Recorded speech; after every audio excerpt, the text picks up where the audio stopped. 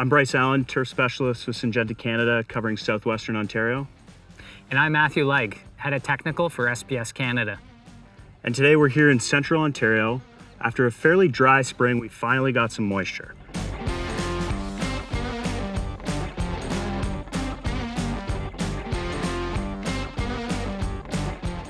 All right, so we're here on a putting green, Matt, having some interesting things happen. Wanted to know what's going on. Had some challenging weather this spring, so what do you think's going on? I definitely think we might be seeing some microdochium patch on this green. It's not the greatest growing environment. We've got some silver maple trees hanging above our heads, casting a lot of shade on the surface. We're after the noon hour and my feet are still wet. Definitely the proper environment for seeing this pathogen, coupled with the wet, cool weather that we've had as of late. Well, let's go check it out. Great. All right, so we are in June, Matt. Not our typical microdochium patch disease time. So what's going on here? You said it. It's very unlikely to see microdochium patch at this time of the year. But one thing that we do know that we've seen is some very wet weather as of late and some unseasonably cool weather for late June. On top of that, we're seeing a poor growing environment in terms of pathogen threat. We have some silver maple trees above us that are shading the green in the afternoon. We spoke about extended leaf wetness, which definitely plays into this pathogen growing when the conditions are conducive. So let's get down and take a little bit closer look and we can see what we're looking at. So what's the best way to identify that this is microdochium patch? Well, one of the things I like to do is just to kind of understand what it couldn't be. There's not a lot of pathogens that are going on right now in the area, and some of the pathogens that are active right now definitely do not look like this. At a first glance, you could say that it might be anthracnose that's coming into the golf green, but I don't feel like we've had enough stress. Secondly, the superintendent on this property has told us that they've seen some mycelial growth in the mornings and that the pathogen has definitely been spreading day after day.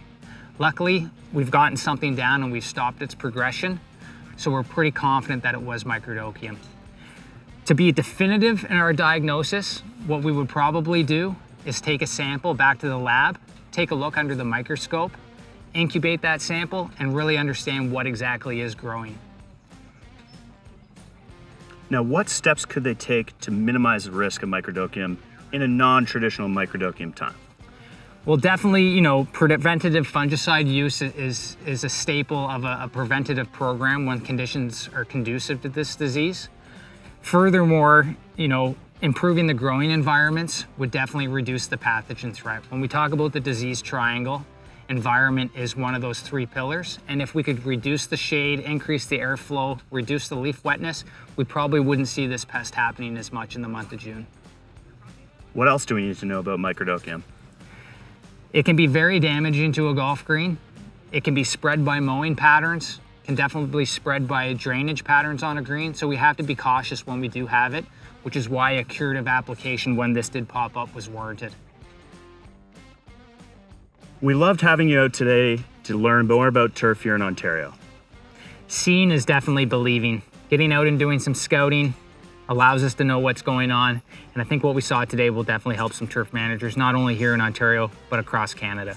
Now, if you're looking for a bit more information, where's the best place to go, Matt? Excellent question. We've got our Turfgrass app. We definitely have the greencast.ca website. And then you yourself, a turfgrass specialist, which we have all the way across Canada to support our clients. Thanks again for joining us today. Hope you learned a few things, and feel free to reach out if you have any questions.